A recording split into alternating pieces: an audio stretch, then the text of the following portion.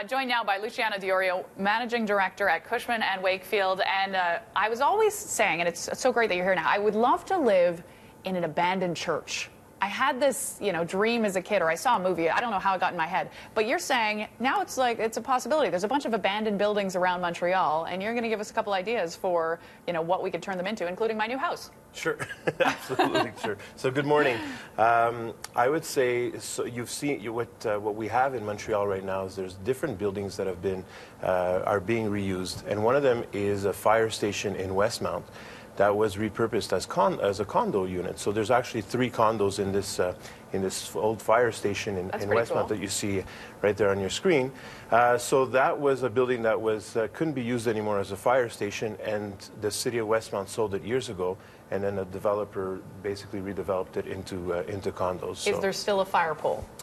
Not sure. Wouldn't that be cool? It would be cool. It would be cool, for sure. For sure. And what are some of the other places? Like, what is, I know we'll touch on it at some point. I don't know if you want to do it now or not, but the eyesore that I find in Old Montreal, and you're like, don't say that on the air. Yeah, so Silo Number 5 is actually very famous in that it's been abandoned for years, and Canada Lands owns it, and Canada Lands is a federal body, and so they're looking at doing something with the Silo Number 5, and you'll see that they can get inspiration from other projects that have been done. This is a project that is the Alley Up project that is at the Redpath silos. So this is what this group did, is they basically repurposed those silos. So in terms of looking at Silo Number 5, and there's a shot of it there, you can look at maybe other ways to repurpose it. So in South Africa, in Cape Town, they've actually built a museum there and a hotel project. So perhaps some inspiration for the people that are running Silo Number 5, because for sure. Right now they're not doing anything with it, right? It's just sitting there. Right now, actually, they've gone through a process and they're looking to see what to do with it. Okay. So, and there's been some people. I went to look at a condo in Old Montreal, and I looked out my window and I was like, what a beautiful, what is that?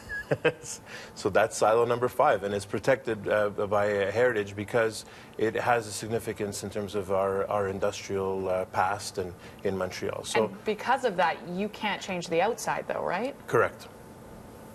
Is there any way to change that, or? Well, I think that there's people that are going to be inspired by doing something there. Like I said, if they can find some inspiration of things that were done around the world and just in our backyard in Point St. Charles with the climbing gym. So. Right. What about religious buildings around the city? Religious buildings. So there's just a church that just traded last month in Westmount, and it is the St. Andrew's Dominion Church, which is also known as Mountainside. And Mountainside has been sold now to a developer who looks at doing either single-family homes or condos. And there it is right there. Be a heck of a single-family home. Yeah, no kidding. 15,000 square feet. Absolutely. It'll be tough to clean, I think. But, one of the churches that was kind of turned into something else was one on Saint Denis. There was an old church there that's now a spa and a gym that I've gone to. Oh, okay. St. Jude, or I forget. Okay. But well, certainly, we're going to have more and more of this inventory in terms of either religious buildings or public buildings and even industrial buildings that need to be repurposed and reused. And I think we have a rich heritage in Montreal of these type of buildings, and it's just a matter of finding the right use for them. Many of them become museums.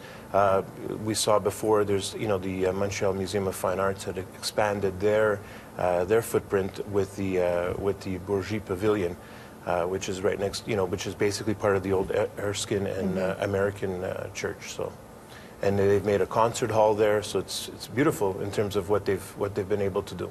And the old Red Path.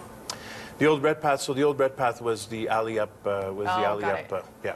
Very cool. And do you think there's a market for people that would like to live in these kind of buildings? Like, am I the only one that, is it a growing trend to not live out in the burbs in your typical house with the white picket fence, but to do something kind of cool and different? Well, one of the first churches that was converted to condominiums was on St. Lawrence near Saint Zotique in Little Italy, and that was a big hit certainly for people there. And I think people are looking for unique places to live and work. So. Very cool. All right, well, who knows? Maybe we'll even end up doing the show. Maybe the studio one day will be in an abandoned church. You never know.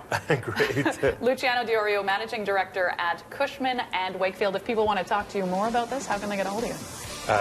Through our website or... Okay, Great. through the website. Head over there. Stick around. More on Breakfast Television coming up after this.